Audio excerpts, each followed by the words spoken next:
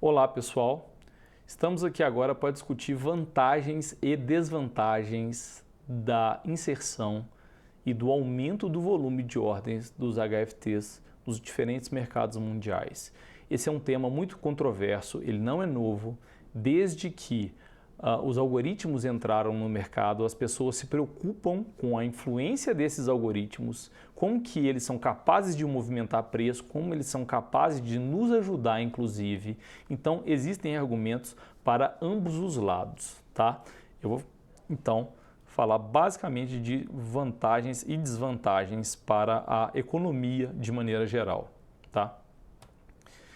A primeira delas, eu vou começar pelos argumentos contrários. Aqui no nosso slide a gente pode ver que alguns argumentos estão relacionados em que são argumentos, eu particularmente discordo deles, que os high frequency traders prejudicam o pequeno investidor pela capacidade de executar milhares de ordens por segundo. Isso é um fato. Que eles são capazes de executar muito mais ordem que um ser humano, claro que eles são.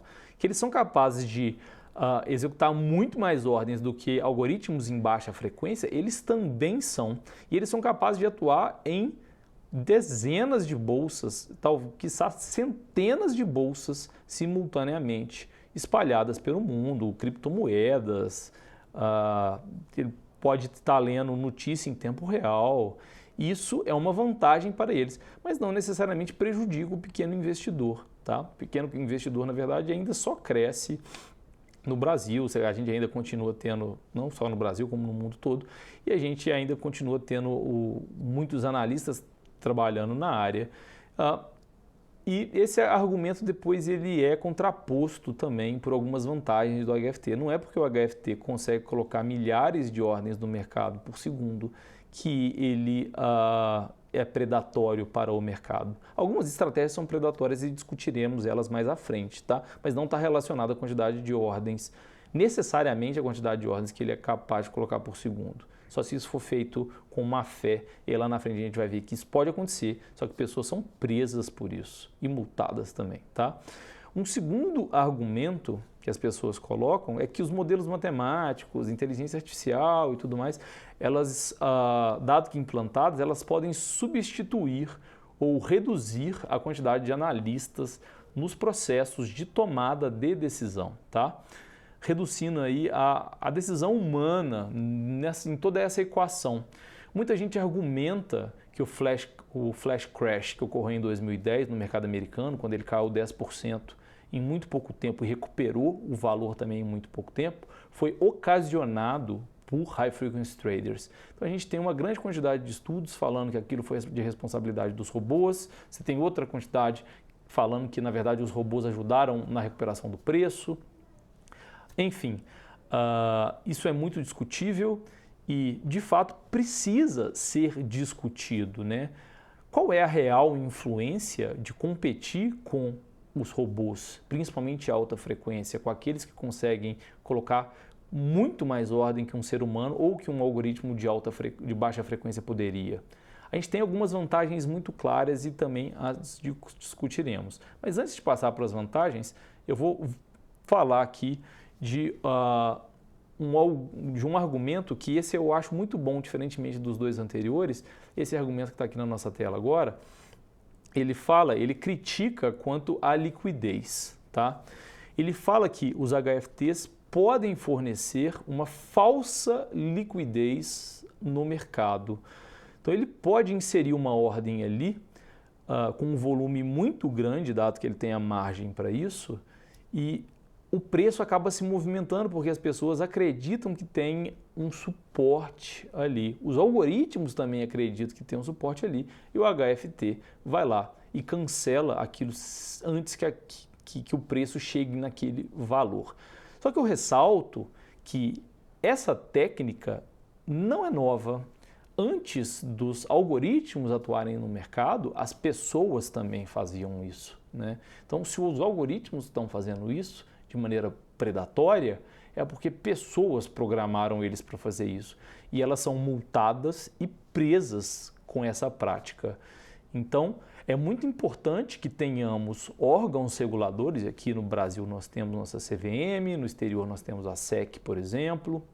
O mercado de criptomoeda ainda patina nisso, mas num futuro muito próximo eu acredito que órgãos reguladores atuarão de maneira mais interessante para evitar que esses comportamentos predatórios prejudiquem o funcionamento dos mercados, tá? Eu vou falar agora um pouquinho de argumentos a favor. E há um argumento aqui na nossa tela muito interessante que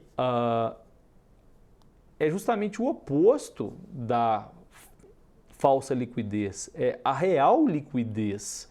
A gente tem uma técnica chamada de market maker ou formador de mercado, a gente vai ver isso muito como market making ou formação de mercado, para quem tiver mais curiosidade para estudar sobre o assunto, onde esses algoritmos posicionam ordens de compra e de venda no mercado. Eles estão ali, se contratados pela bolsa e pela empresa que ali está sendo negociada, eles estão ali para dar liquidez em um ativo que, por exemplo, tinha baixa liquidez. Esse é um market maker designado ou contratado. Tem também os HFTs, que são market makers, que estão ali para tentar tirar lucro da volatilidade do mercado. Tentando tirar lucro da volatilidade do mercado, ele posiciona ordens de compra e venda simultaneamente, fornecendo liquidez ao mercado.